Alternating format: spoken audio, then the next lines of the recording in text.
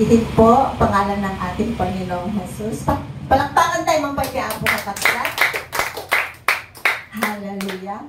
Talagang makapanervyos till may takderti sa amo, sa muwanan nyo. Amo yung kakabsat ko na Jay, Matthew chapter 2 verse 1. Ngay dinayanak ni Apo Jesus ko na Jay nga wise men came to seek Jesus. And every Sunday, we come to church to seek Jesus. Iso nga, you are a wise man and you are a wise woman. Amen? Amen. Pag isabi nga sa katabi, pag babae o lalaki, you are a wise man, bro. You are a wise man, bro. You are a wise woman. Hallelujah, sister. Amen? Amen. Nabasa po kanina yung ating scripture na matatagpuan sa Acts 16 verse 31. Alam niyo po, nasa puso ko po ito matagal na. Pero naghahanap po ako ng pwede nating mga related verses na magpapatunay sa verse na ito. So, noong nakumpleto ko na po, sabi ko, Lord, ready na siguro to. So, nga natapagkorkoranan na pamasunan niya ni Pastor. Hallelujah. Sabi po niya sa Acts 16 verse 31, believe on the Lord Jesus Christ and you shall be saved in your house. Amen? Your household. Kunan. Actually, the King James, kunan na believe on the Lord Jesus Christ and you shall be saved in your household. Amen po? Amen. So makikita po natin dito na when we start to believe on the Lord Jesus, at that very moment na pinaniwalaan natin ang Panginoong Jesus, our covenant with the Lord is activated. Nag-umpisa yung activation ng covenant natin sa ating Panginoong Jesus. Amen? Ano po ba ang covenant? Agreement. Amen? The moment we accepted Jesus as our Lord and Savior, para kang pumirma ng isang agreement. At ano po yung agreement na yon? Na siya ang iyong tagapagligtas, na siya ang magbabantay sa iyo kasi siya ang magiging protection mo. Everything is in the Lord. Amen? Parang binigyan mo siya ng authority sa iyong sariling buhay. Amen po? Amen. Ano yung authority? To protect you, to provide for you, to save you, to help you. Lahat po ng mga bagay na pangangailangan natin sa mundo. Amen? Amen. Alam niyo po, matagal na po itong nag-sink in sa akin. Parang very powerful itong verse na ito. Kasi pag naintindihan natin itong message ngayong hapon, I strongly believe na yung ating mga pananampalataya ay magiging iba, magiging something powerful. Amen po? Amen. Kasi sabi niya dito, believe on the Lord Jesus Christ. Itong believe is not just a passing remark na, ay, naniniwala ako sa Diyos. Ganun lang yan. Hindi po. Nakita niyo po yung the following verse, sabi niya, believe on the Lord Jesus Christ, and it states very clearly, and you shall be saved in your household. So, it means that when you believe on the Lord Jesus Christ, it is not only you that can be saved, but also those who lives in your house. Amen? Amen. Kasi sabi niya dito, household eh. Alam niyo po, pag may ayuda, 25 kilos of rice per household. So, uray mo di kabalay mo nagsado. Uray mo di kabalay mo ngay kat mamartet. They are entitled to that rice na ayuda. Because ata nga ayuda kat per household, per bubong. Amen? So, sabi nga dito, it means that when we believe on the Lord Jesus Christ, it's not only we na naniniwala that can be saved, but also those who live in your house. At sabi ng Bible, every scripture is the breath of God. Lahat ng scripture na binabasa natin ay hininga ng Panginoon. And so we can count on it, we can trust on the book, the Holy Bible, because in Titus 1:2, ang sabi niya, God cannot lie. Amen? So this believing is so powerful that it can save you in your household. Ang title po natin ay Your Covenant with God Secures Your Household. Amen? Amen. Pag sinabing household, lahat ng nasa loob ng iyong tahanan. Amen? Amen. Nanay mo, tatay mo, uncle mo, lahat ng nakatira sa bahay na ito. This is household. Amen po? Pwede nating sabihin, nagre-reason out tayo eh. Pwede, itong sinasabi ng Bible, believe on the Lord Jesus Christ and you shall be saved in your household. Pero we reason out. Nagre-reason out tayo na tao. Sasabihin natin, paano mangyayari yon? Jikapsat ko mamartat, jikapsat ko sugarol, jikapsat ko nakasungsungit, di da nga ag-church. Tama? Mga reason out natin ng mga tao. Pero, tingnan natin ang scripture. Sabi niya, believe on the Lord Jesus Christ and you shall be saved and your household. You. Kinakausap ka niya. You. Ikaw na mananampalataya. Paniwalaan mo ang Panginoong Jesus at ikaw maisasalba pati ang buong mong kahabahayan. Amen? Amen. Kasi, remember, once you receive Jesus Christ as your personal Savior in God and Lord, you have a covenant. At ang covenant na yan ay very important sa Panginoong Diyos Ama. Amen? Amen. Because you have agreement with our Lord Jesus Christ, He will make sure that your household will be safe. Amen po? Amen. Sasabihin natin, paano mangyayari? Hindi po kasi natin department kung paano sila maililigtas. Our department is to believe. Amen? Hindi na sinabi na ganito ang gawin mo para maligtas ang iyong mga sambahayan. Hindi. Ang sabi niya, believe. Ikaw. Believe on the Lord Jesus Christ and you shall be saved. Ikaw mismo. And your household. Amen po? Amen. So, wag po tayong mag-focus sa department ng Panginoon kung paano at kailan niya ililigtas ang ating mga pamilya. Mag-focus ka sa iyong pananampalataya. Amen? Amen. Kasi sabi po niya sa 1 Corinthians 15:58, therefore, my beloved brethren, be firm. Ano yung be firm? Steadfast. Hanggang ate pamatin ko hanggang agsalsala. Immovable. At hindi hanggang agdudwag. Always abounding in the work of the Lord.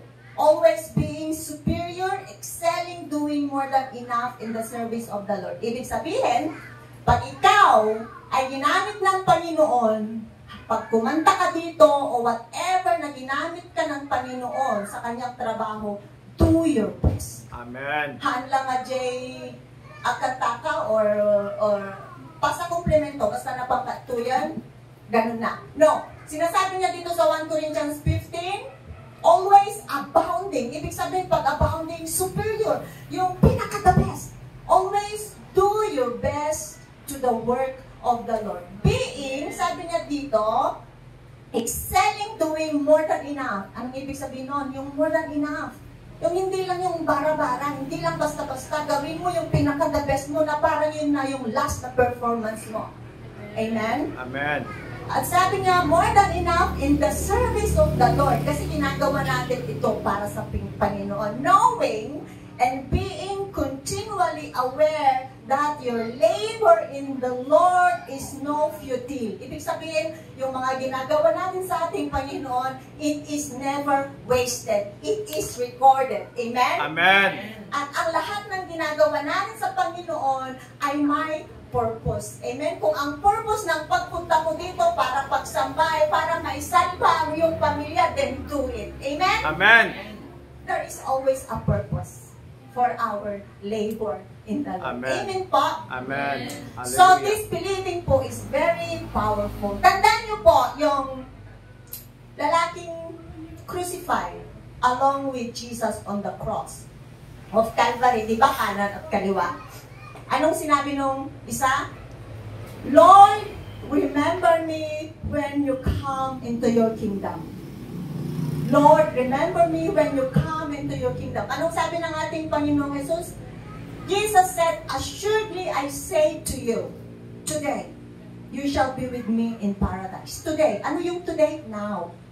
Sabi niya, Lord, remember me when you come into your kingdom. Anong sabi ni Jesus? Today. Ngayon, kasama kita sa paraiso. Hindi sinabi ng Panginoon na, bumaba ka pa bumaba ka muna dyan. Bayaran mo muna lahat yung mga ninakaw mo because this man was a thief. Marami siyang niloko. Bumaba ka muna dyan. Bayaran mo muna yung mga niloko mo. Bigay mo muna lahat. Make amends and repent. Then I will remember you. Hindi po sinabi yun ng Panginoon. Ang sabi po ng Panginoon, Lord, remember me. And Jesus said, today, you shall be with me in paradise. Amen? So that man, wala na siyang panahon para mag-make amends o para bayaran yung kanyang mga kasalanan. Wala nang paraan. Wala nang oras. Kasi nasa cross na siya. Kaya siya ipinako kasi nga marami siyang kasalanan. Magnanakaw siya.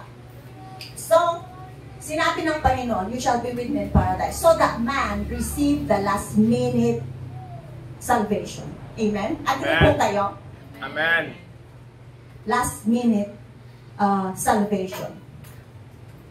Mas maganda na makatanggap ng last minute salvation ang isang tao than be forever in hell. Kaya tayo, pag may mga alam tayong mga hindi Kristiyano o hindi nakatanggap sa Panginoon, anong ginagawa natin last minute? Di ba pinupuntahan natin? Pinapatanggap natin. Amen? Because last minute na salvation is better than be forever in hell. Amen? Kasi pag hell ang usapan, pag nandun ka na no more chance. The door is closed. Hindi natin pwedeng sabihin na, Lord, gusto kong magbago. Wala na. Nandun na tayo sa impyerno. Wala nang pag-asa, wala nang chance. So, praise God. He received the last minute salvation. Amen? Amen? Amen. Pero tayo ngayon, bilang Kristiyano, how much more glorious, how much more joyful pag nakita natin na ang mga pamilya natin ay na-experience nila yung salvation while they are having a healthy life in this earth. Amen? Amen. Meaning, ito po, isa po sa dream ko ito. We are hoping that our family members receive salvation not in the last minute so they can also enjoy life here on earth the way we enjoyed it. Amen. Amen. Church, nag-i-enjoy ba kayo sa inyong mga buhay bilang Kristiyano? Amen. Amen? People, alam niyo po, ang mga tao dito sa mundo, they thought going to casino, they thought drinking in front of the video okay, drinking wine, oray na gadong araw, pulutan. Akala nila they are enjoying life. That is their, yun yung kanilang interpretation ng enjoyment. But children of God, enjoyment is to worship the Lord. Amen? Sino na po ang nanonood ng mga Netflix dyan? O kaya movies. Diba sa mga diskuhan? Yung mga nasa disco, sinong nakapanood ng may diskuhan sa TV? Diba? They raise their hands. Hiya. Then they clap their hands. Tama? And then they shout. Pero kung kanino na itinataas yung kanilang mga kamay, hindi natin alam. Kung kanino nila nagkaklap ng mga kamay, hindi natin alam. Kasi they clap their hands, they dance. Katulad ng ginagawa natin, para tayong nasa diskuhan. Nagsasayaw, nagkaklap, minsan, we shout. Yun po ang interpretation ng tao sa mundo. But we, children of God, we raise our hands to the living God of Israel. Amen? Amen. Bakit tayo nagtatas ng kamay? That is for the glory of the living God of Israel. Amen? Amen. We clap our hands to the King of all kings, and to the Lord of all lords. Hallelujah. Amen? Amen. And we shout for the glory of the one who is, the one who was, and the one who is to come, because He alone is worthy Amen. for all our Hallelujah. praises. Siya po yung ating itinataasan ng mga kamay, ng pag-shout natin, pagkanta natin. Amen? So pag nandito po tayo, alam niyo po, pag nandito po tayo, huwag pong mahiyang magsayaw, mag-cha-cha dyan, o whatever. Amen? Because that is for the glory of the Lord. Amen po? Amen. So, titingnan po natin kung saan natin makikita yung mga story, kung saan makikita dito na believe on the Lord Jesus Christ and you shall be saved in your house. Pupuntahan po natin sa kwento ni Rahab. Alam po natin, sino si Rahab? Si Rahab ay isang prostitute na taga Jericho. Ang papel ni Rahab helped the spies that Joshua sent to see the land of Jericho if it was good. Dahil sinabi ng Panginoon na kukunin nyo, makukuha ninyo, bibigay ko sa inyo yung lupain ng Jericho. Pero ang lupain ng Jericho ay napalibutan ng makapal na wall. So, hindi basta-basta. Meron silang gate na makapal.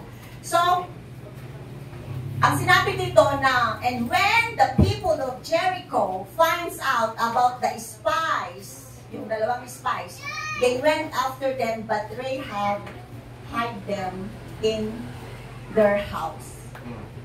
In dulin na jay atik, jay bubong. Tapos kinaluban na ti flax. Hindi kasla kuma nasalansal nga kwati ligda. Mas makapal kaysa sa mga ano ng ligda. So, when the Israelites invade Jericho, briefly lang po sabi niya dito na the Israelites marched 7 days. Ang ijay Israelita, nagmarchada around ijay ruwar iti wall, iti inom nga aldaw. May isa nga ikot, iti may isa nga aldaw. Iti may kapitong aldaw, umikot dati namin dua. Tapos kunana ni Apo, into no nakaikot dati namin dua na imbagak nga ag-blow dati trumpet agigay priest nga kadwayo, then agigay tao nga Israelita, they shout. So, noong ginawa nila yon, ang wall ay pumagsak. So, God can break down the walls in your life, whatever Amen. it is. Amen po? Ano ang natira? Only the part of the wall kung saan yung bahay ni Rahab. Dahil nga siya prostitute, ang bahay niya ay, kumbaga, ato iti pader, adalang tinaramit na dito yung balay na. And, sabi niya, makikita natin dito na why Rahab's family was saved. Sabi niya sa Joshua 6:17, now the city shall be doomed by the Lord to destruction. It and all who are in it. Lahat masisira. Lahat. Only Rahab, the harlot, shall live, she and all who are with her in the house, because she hide the messenger that we sent. Kanino po nagkaroon ng agreement ang mga spies na isinet ni Joshua? Joshua represent of our Lord Jesus Christ. Parang siya yung Jesus dito. Kanino po nagkaroon ng agreement ang mga spies? Kay Rahab. Yung spies. Kay Rahab lang. Mag-isa lang niya. And because of her agreement with the spies, all her household was saved. Amen? Amen. Nagkaroon lang ng agreement, ang kausap lang ng mga spies ay si Rahab, yung prostitute. Pero, kumbaga napatawad na save yung kanyang mga pamilya because of Rahab action. Amen po. Nakukuha po natin mga kapatid. Amen. So, don't limit our God. Amen? Amen. Even if you are the only person believing Jesus in your house, keep going, keep believing, keep praying. Amen? Kasi hindi natin alam when God comes to our family members, maybe in their dream, maybe when they are in the hospital, hindi natin alam. At sasabihin niya sa kanila, I am the Lord Jesus. I'm here to save you and to love you. Amen? Amen. Amen po? Yan po kasi ang trabaho ng ating Panginoon. To save and to love. Amen? Amen. At kailangan niyang gawin yun. Bakit? Because you are so faithful at ikaw ay may covenant sa Kanya. Amen po, may agreement ka sa Kanya. Amen? Amen. Kasi ang Panginoon, pag once na may agreement sa'yo, hindi Kanya iiwanan. At alam niyo po, kapag meron kang mahal na aso, ako kasi mahal naman ko yung aso ko. Merong time na talagang nagalit ako, galit kasi nagibibya. Nakaungitak na talaga ng gaputang ko kaya nga ba utod di aso. Amo yung kakabsat yawid ayay igdong ko nga walis. Pinalo ko nang ipinalo doon sa upuan hanggang sa nasira yung walis. Hanggang sa na-vent yung anger ko doon sa walis. Kasi ayaw kong saktan yung aking mga alaga. Ganun po ang ating Panginoon. Mahal na mahal tayo ng ating Panginoong Diyos. Pero dahil ayaw niya tayong saktan, kanino siya nag-vent ng anger sa ating Panginoong Jesus. Amen? Instead na tayo ang parusahan, pinarusahan niya yung kanyang kaisa-isang anak. Amen po? Amen. May isa pa po sa Noah's story. Last na po na verse natin ito. Sabi niya sa Genesis 6:18, but I will, alam na natin yung kwento ni Noah, di ba? Na sinabi niya kay Noah, gumawa ka ng ganitong ark. Gawin mo itong 3-story. Bakit 3-story? Because our Lord is thrice holy. Amen? Holy, holy, holy. Thrice holy. Kaya yung tatlo. 3-story yung ark. Because the ark is represent of our Lord Jesus Christ. Amen po. At sabi niya dito, but I will establish my covenant with you. Sabi niya kay Noah. And you shall go into the ark. You shall go into the ark. You and your sons and your wife and your son's wife. Doon kaya sa tatlo na anak ni Noah, lahat sila perfect? Parehas lang natin silang tao. Doon kaya sa tatlong anak na yon, doon sa tatlong manugang, awang nga natin na sungit. Sabi niya dito, but I will establish my covenant with you, Noah, and you shall go into the ark, you, your sons, your wife, and your son's wife. Amen? So believe on the Lord Jesus Christ, and you shall be saved in your house. At sabi niya sa Genesis 7:1, ito po, pag naano niyo to, sabi ng Panginoon, noong malapit na yung tag-ulan, sabi ng Panginoon kay Noah, then the Lord said to Noah, come into the ark. So, ibig sabihin, ang Panginoon ay nauna na sa loob ng ark. Amen? Come into the ark. Kasi pag sinabing come, ibig sabihin, nandito. Tama? Hindi mo pwedeng sabihin na come, tapos iyati pa panana. Pag sinabi mong come, halika rito. Halika rito. So, our God is already in the ark. Come into the ark. Sabi niya kay Noah, you and your household, because I have seen that you are righteous before me in this generation. Ang kausap lang niya, ang covenant lang niya ay kay Noah. But because of that covenant with Noah, the whole household was saved. Amen? Amen. Naintindihan po natin mga kapatid. Amen. Hallelujah. Kaya keep believing. Huwag pong magsawa kahit po nararamdaman natin na natamnay.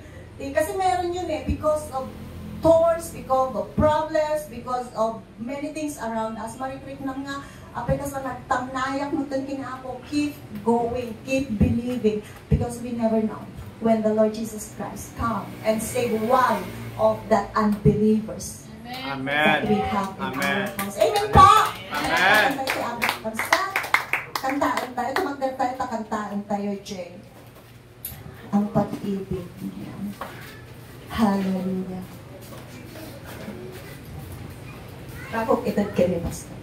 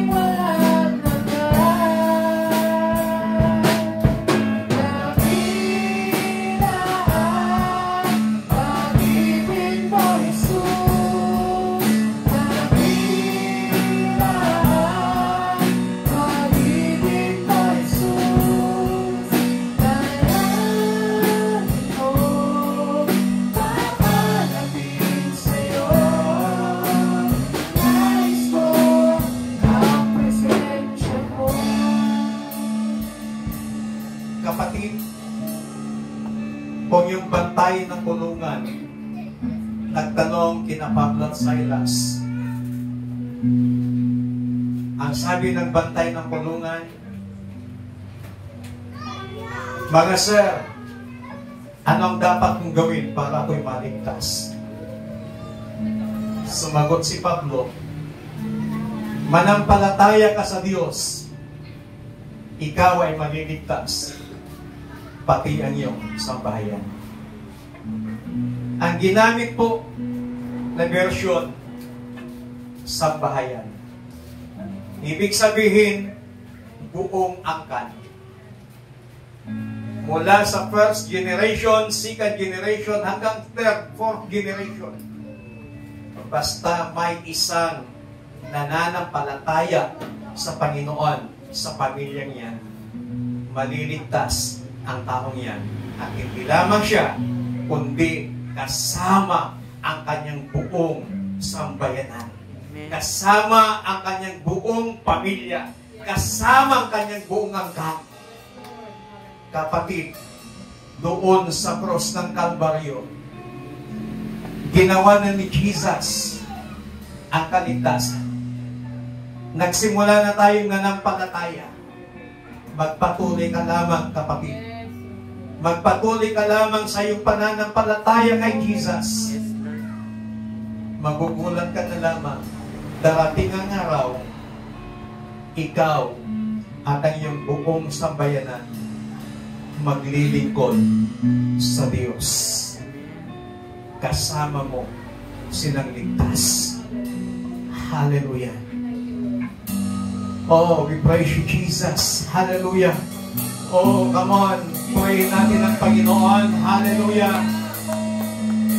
Dakila ang pag-ibig mo, Jesus. Dakila ang pag-ibig mo, Jesus. Dalangin ko at hanapin sa'yo. Nais ko ang presensya mo. May lakas ang ngalan mo. Hallelujah.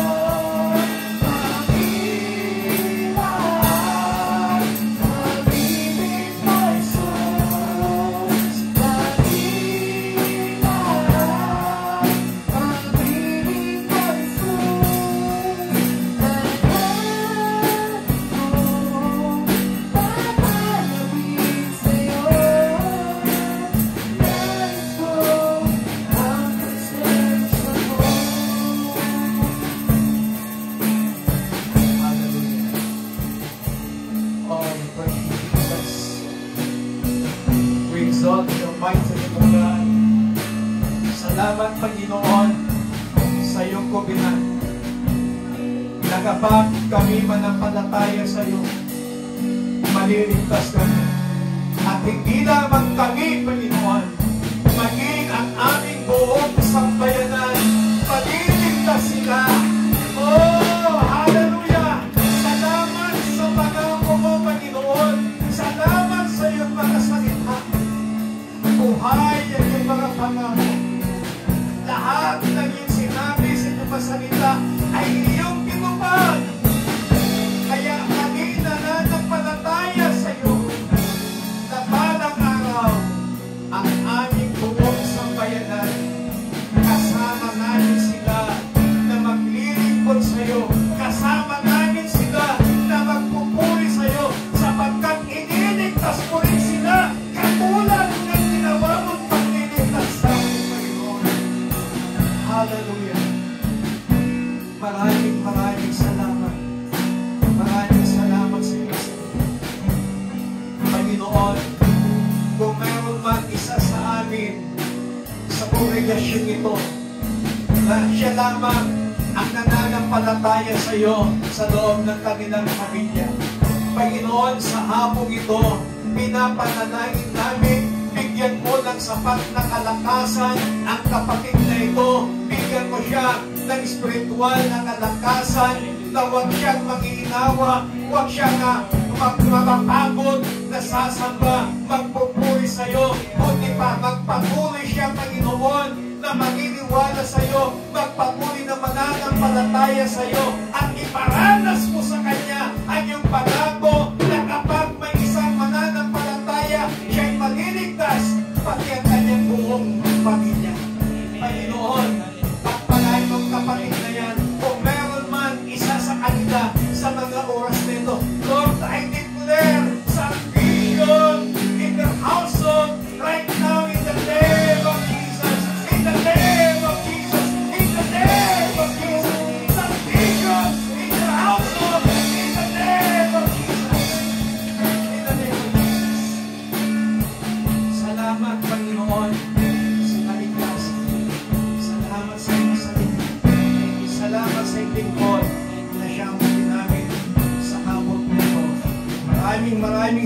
ng Panginoon. Maraming salamat sa bawat pamilya na ililigtas mo mula sa oras na ito. Salamat na marami. We give you all the glory, adoration, and thanksgiving. In Jesus Christ, my name we pray. Amen. Palakpakan natin ng malakas ang